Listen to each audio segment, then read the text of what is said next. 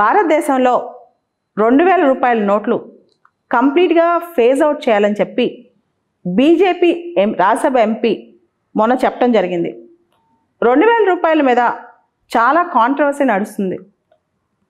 ముఖ్యంగా పెద్ద పెద్ద వాళ్ళు బ్లాక్ మనీ మొత్తం కూడా 2000 రూపీస్ నోట్స్లను హోల్డ్ చేస్తున్నారని, ముఖ్యంగా మాఫియా కానీ, మనీ లాండరింగ్ కానీ, టెర్రర్ ఫినాన్సింగ్ కానీ, క్రికెట్ బెట్టింగ్ కానీ, అంతకు మించి ఎలక్షన్ ఫండింగ్ కూడా, అంటే ఎలక్షన్స్లో ఖర్చు పెట్టే డబ్బులు కూడా 2000 రూపీస్ నోట్స్తోనే నడిపిస్తున్నారని తెలుస్తోంది. అయితే 2000 రూపాయల నోటు ఎప్పుడు తీసుకొచ్చారు భారతదేశంలో ఈ మధ్యకాలంలో అంటే మనకు తెలుసు, డిమానిటైజేషన్ November 8, 2016 అప్పుడు మనకున్న 500 రూపాయల నోట్లు, 1000 రూపాయల నోట్లు ఇవన్నీ రద్దు చేసేసి మనకి 2000 రూపీస్ నోట్స్ అంటే టెంపరీగా ఒక సొల్యూషన్ లాగా తీసుకొచ్చారనమాట. సో తర్వాత డిజిటల్ ట్రాన్సాక్షన్స్ పెరిగినాయి, ఆన్లైన్ పేమెంట్స్ పెరిగాయి, అన్నీ పెరిగాయి. ఈ రూపీ అనే ట్రెండింగ్ కాన్సెప్ట్ కూడా వచ్చింది. ఇన్ని జరుగుతున్నా సరే 2000 రూపీస్ నోటు భారతదేశంలో ఇంకా వాడుకలోనే ఉంది, గవర్నమెంట్ ఇంకా ఫేజ్ అవుట్ చేయట్లేదు అనే దాని మీద పెద్ద చర్చ నడుస్తుందన్నమాట. సెంట్రల్ గవర్నమెంట్ ఈ మధ్య లోక్సభలో ఒక ప్రశ్నకి జవాబిస్తూ 2018-19 తర్వాత 2000 రూపీస్ నోట్ ప్రింట్ చేయటమే ఆపేసిందంట. అసలు ప్రింటింగ్ అవ్వట్లేదు ఇప్పుడు కొత్తవి 2000 రూపీస్ నోట్స్. సో ఇంతకుముందు మనం చూస్తే 2020లో మొత్తం కరెన్సీ డినామినేషన్ మిక్స్లో, అంటే కరెన్సీ ఇన్ సర్క్యులేషన్లో 2000 రూపాయల నోట్లు దాదాపు 22% కరెన్సీ 2000 రూపీస్ నోట్లు ఉండేవి. ఎగ్జాక్ట్ చెప్పాలంటే 2020లో 22.65% కరెన్సీ 2000 రూపాయల నోట్లలో ఉండేదన్నమాట. కానీ ఇప్పుడు దాదాపు 13% కరెన్సీ మాత్రమే 2000 రూపీస్ నోట్ డినామినేషన్లో ఉందంట. ఇంతకుముందు అంటే 2020లో 500 రూపాయల నోట్ల డినామినేషన్స్ మొత్తం కరెన్సీ మిక్స్లో, డినామినేషన్ మిక్స్లో 29.7% ఉండేవి 500 రూపీస్ నోట్స్.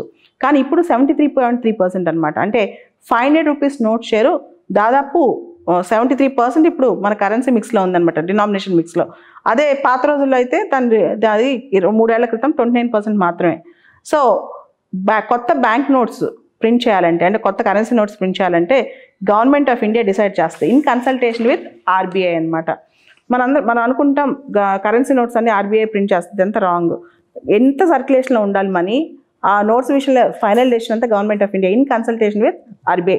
డిమానిటైజేషన్ పవర్ కూడా గవర్నమెంట్ ఆఫ్ ఇండియాదే ఇన్ కన్సల్టేషన్ విత్ ఆర్బీఐ.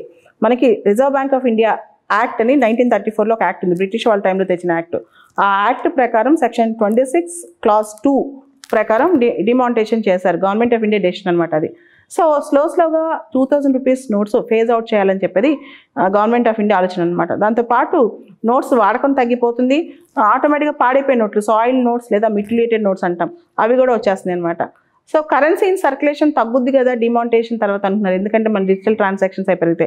కానీ డిమానిటైజేషన్ తర్వాత కూడా కరెన్సీ ఇన్ సర్క్యులేషన్ అనేది పెరుగుతుంది. భారతదేశంలో ఎక్కువగా గ్రామీణ ప్రాంతాలు ఉంటాం, ప్రజలు ఇంకా ఆన్లైన్ బ్యాంకింగ్ మీద ఆధారపడకుండా, ఏమైనా బ్యాంక్ అకౌంట్ ఓపెన్ చేసినా అకౌంట్ పెద్ద వాడకుండా మనీ ట్రాన్సాక్షన్స్ పెరుగుతుండటం వల్ల జరుగుతుంటుంది అనమాట. భారతదేశంలో మానిటరీ బేస్, ఎకానమీ బేస్ పెరుగుతుండటం, ఇంట్రెస్ట్ రేట్లు, వీటన్నిటి మీద కూడా కరెన్సీ సర్క్యులేషన్ ఆధారపడి ఉంటుంది. ప్రస్తుతం భారతదేశంలో గవర్నమెంట్ అంచనాల ప్రకారం 2000 రూపాయల నోట్లు ఎన్ని ఉన్నాయంటే దాదాపు 21,420 లక్షల కాగితాలు ఉన్నాయంట.